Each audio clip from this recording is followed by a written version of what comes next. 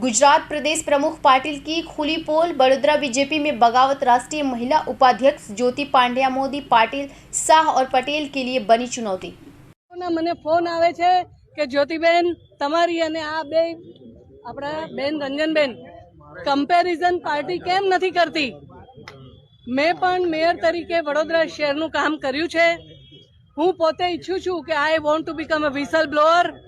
મારી પાર્ટીમાં વડીલ નેતાઓ સુધી જો આ વાત ન પહોંચતી હોય તો મારે કહેવી છે કે છેલ્લા 15 દિવસ મહિનામાં આપણે બધા વડોદરાવાસીઓએ જાણ્યું ને સાંભળ્યું।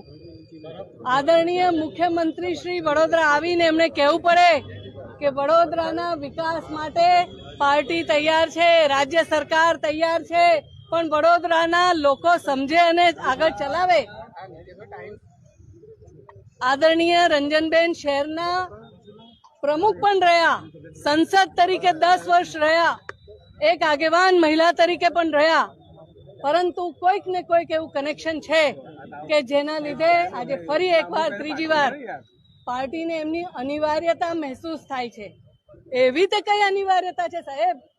વડોદરા શહેરના વિકાસના રૂપિયા જાય છે ક્યાં એ મારે પૂછવું છે। વડોદરા શહેરના વિકાસની ગઈકાલે પણ પ્રદેશ અધ્યક્ષ આદરણીય પાટીલ સાહેબની સામે